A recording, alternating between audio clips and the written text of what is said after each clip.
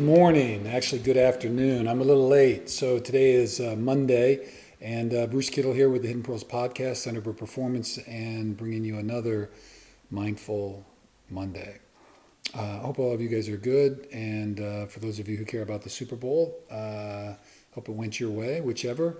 I was a little disinterested after Niners got out. But anyway, happy for the teams that made it there, kind of. And anyway, we do want to shout out to our good buddy Trent Taylor, who was with the Niners back in the day and was doing punt returns and some receiver stuff for the Bengals. So they had a great season. So, but congratulations to everybody. So I want to open up on this beautiful Valentine's Day. So happy Valentine's Day to everybody, and we'll come back to that. I just want to do a little bit of breathing, and then we will get started with that. So if you want to take a comfortable seated position or laying down or whatever works for you, that is terrific. Today I'm going to do something just a little bit different. This is a breathing exercise actually that Emma prepared and we used when we were working at the Pro Bowl with the NFLPA and the defensive line folks with our groups with former players. And she does a great job with it. I'm going to try to replicate that. And so shout out to Emmy for kind of putting this thing together. It's stuff we've used, not anything real rocket sciencey, but she does it really well. So hope I can do that. So anyway, we'll take a breath, and I'm going to use a bell, my chime, just kind of in between each round, and then I will talk you kind of through that. So the first part, we're going to take 3 breaths, and I will talk about inhale wide. And it is just expanding your lungs and your chest. It's just kind of a visualization. I mean, you can kind of do it with your body, but it's just a kind of idea of expanding. And then as you exhale, we'll call it exhale tall. And you're just kind of stretching and just getting vertical again. So often in meditation, we talk about like a string attached to the top of your head, just kind of pulling you slightly up, dignified without being strained. But again, so that's exhale tall. So do 3 breaths of that. And then we'll do 3 rounds of a box breath where I'll do 4 up and 6 down. So not too strenuous, but again, just count up, inhaling, and slight hold, and we'll exhale for 6, okay? And then finally, we'll just take 3 great big deep breaths, and then kind of a kind of classic exhale breath to kind of purify everything. So we'll try that. So 9 total breaths, and we'll see how that goes. All right, we'll take a second and I'll ring the chime and just kind of get centered and take a couple of natural breaths, and then I'll get us started.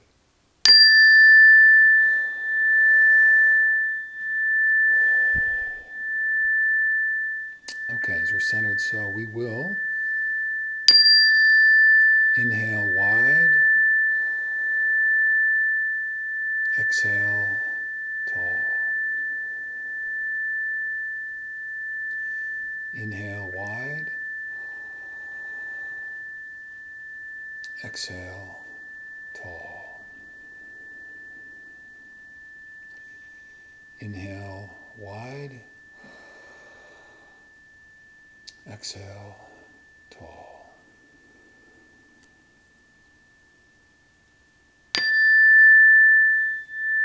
Inhale 2, 3, 4. Exhale 2, 3, 4, 5, 6. Inhale 2, 3, 4. Exhale 2, 3, 4, 5, 6. Inhale 2, 3, 4. Exhale 2, 3, 4, 5, 6. Okay, we're going to take a great big deep nice full inhale and then breathe it out with a big strong intentional sigh. Inhale, exhale. Last one. Inhale and breathe it out.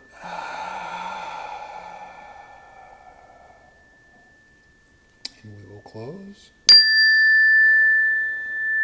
Nice easy breath and exhale. So returning back. Okay, So again, happy Valentine's Day to everybody out there. And I just was thinking about mindfulness and love. Happy again, love to everybody. And if you're not in that love situation, mindfulness is a great tool to be working with that.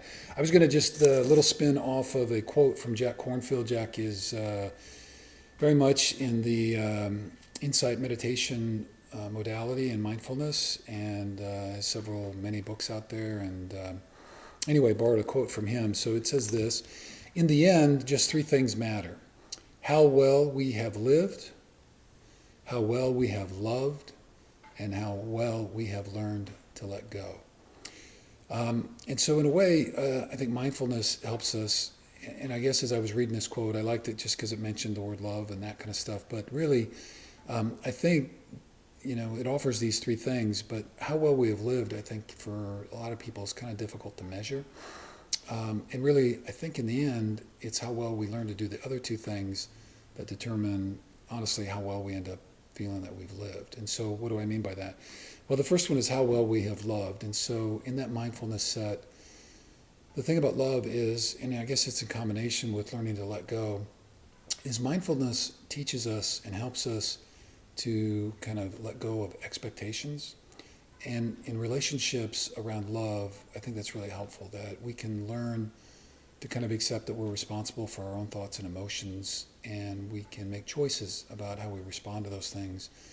And also then we are free to release our partners, our significant others, our loved ones, whether it's family or romantic, from our expectations and sometimes our own personal needs that get projected onto other people. So it's a very, very freeing kind of thing if we're able to work into that with this mindfulness notion. So again, the notion of how well we have loved and how well we've learned to let go. And life is, at my age, 63, an ongoing process of letting go, of stages of life, of people in my life, even in the stages that the people in my life are in, and how they transition through those, and those things all change.